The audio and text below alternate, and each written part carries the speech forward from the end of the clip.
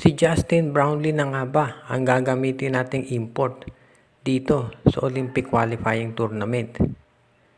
Kasi mukhang ang agreement lang dito kay Jordan Clarkson ay para lamang doon sa FIBA World Cup. At dahil tapos na yan, malamang ito si Brownlee na ang gamitin natin. At syempre, of course, marami ang matutuwa dyan.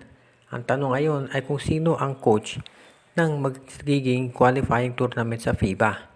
Sa ngayon kasi ito si Tim Cone. Officially, ang status niya ay interim coach pa rin dito sa ating Gilas, Pilipinas. Hindi pa kasi niya officially ina-accept na maging full-time coach dyan dahil syempre, sa ngayon, ang official designation kay Tim Cone ay coach pa rin ng Barangay Ginebra. Kasi tandaan natin, itong Olympic Qualifying Tournament, kahit sabihin pa natin na medyo matagal pa, kinakailangan na mag-prepare na tayo nung line-up sa ngayon.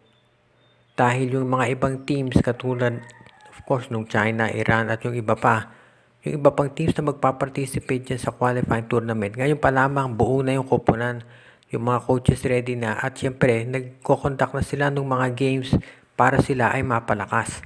Samantalang tayo hindi pa sigurado kung sino yung coach at kung sino yung mga players na maglalaro.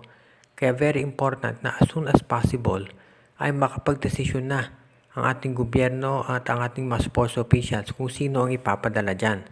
Kung sakasakali nga na ito si Justin Brownlee at malamang siya talaga ay very welcome development. Ang tanong ngayon ay kung sino yung coach na ipapadala natin. Hanggang sa ngayon kasi mukhang hindi pa sigurado si Tim Cone kung tatanggap. Malakas yung panawagan na si Coach Tim Cone ang maging full-time coach na ng Gilas. At of course, alam naman natin kung bakit dahil nakita natin yung naging performance niya. Kumbaga wala ka nang hihilingin pa. Halos walang preparasyon.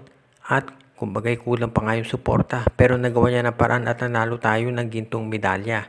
Kaya sa ngayon, marami nagsasabi na siya na talaga dapat ang maging coach. Dahil let's say kahit palitan mo pa yan ng mahusay na coach.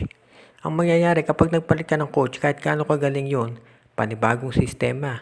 Siyempre, pipili yun ng mga players na sa tingin niya ay mag-uubra doon sa sistema gusto niyang pairalin. At kapag nangyari yun, pagkakaroon na naman ng panibagong adjustment.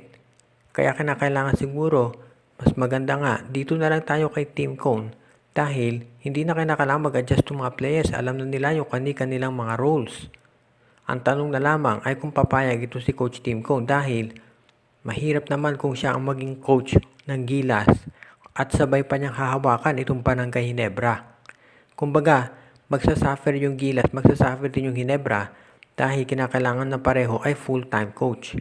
So, abangan na lang natin kung ano magiging desisyon ng SPP at of course, syempre ng SMC.